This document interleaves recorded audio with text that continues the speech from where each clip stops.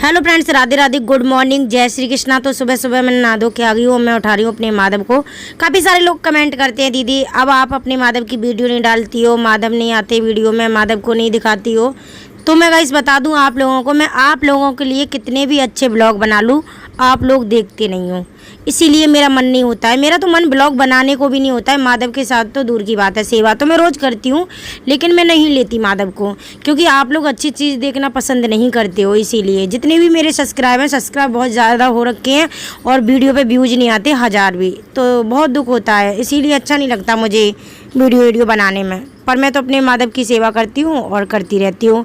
लेकिन आप लोग काफ़ी सारे कमेंट कर रहे थे, तो आप लोगों के कहने से ही मैं आज माधव के साथ पूरी वीडियो बनाने वाली हूँ। तो आप लोग देखना मैं कैसे कैसे माधव की सेवा करती हूँ, और आप लोगों को भी कैसे माधव की सेवा करना चाहिए। जो मैं गुरुजी से सीखती हूँ वही मैं आप लोगों को आज इस वीडियो में बताने वाली हूँ।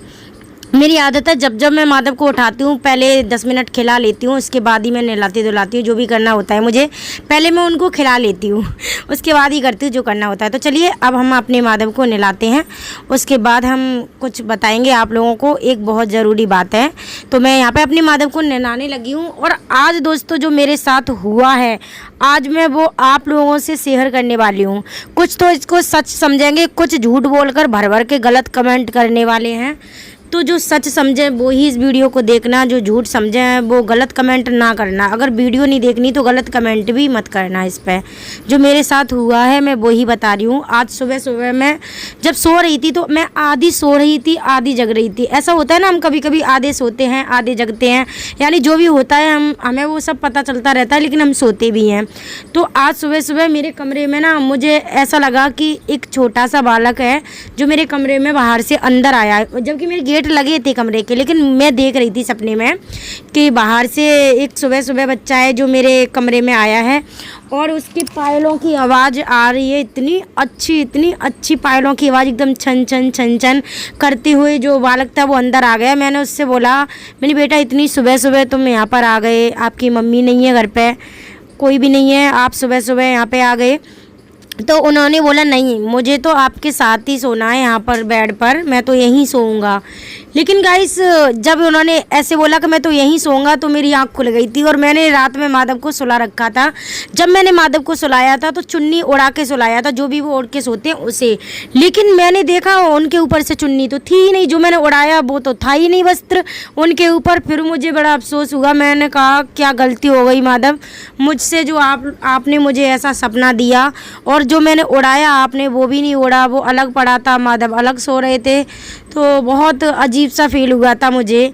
लेकिन मैंने रात में ही उठ के, मैंने ब्लॉग नहीं बनाया, लेकिन रात में उठ के माधव को बहुत सारा गले लगाकर रोई भी, बोला क्या गलती हो गई। फिर उसके बाद मैंने माधव को फिर से सुला दिया था। बहुत अजीब सा ही महसूस हुआ। इसीलिए कहते हैं ना गाइस के वक्त के बस में है भगवान। जब आप सेवा करते हो तो वो आपको दिखते भी हैं, और हो सकता है आपकी सेवा उन्हें पसंद आई तो एक दिन दर्शन भी दे दें। बस यही सोचकर हम अपने माधव की सेवा में लगे रहते हैं रात दिन। तो हम इसीलिए आप लोगों को बता रहे थे, हमारा बताना इसीलिए आप लोगों को सही लगा, क्योंकि आप लोग बोलते हो, काफ़ी सारे लोग बोलते हैं ये कि आप क्या इनको लेके सेवा करती रहती हो, क्या मिलता है इससे।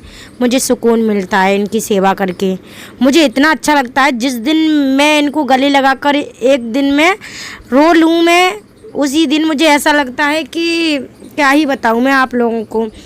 सारी जितनी भी गलतियाँ होती हैं, मुझे ऐसा लगता है सारी गलतियाँ माफ़ कर दी इन्होंने मेरी। और मेरी आदत है, आज मैं कपड़ा पहना के इन्हें कम से कम खिलाऊंगी फिर 10 मिनट खिलाऊंगी, उसके बाद मैं खाना खिलाऊंगी। मेरी आदत है, मैं खिलाती ज़रूर हूँ इनको।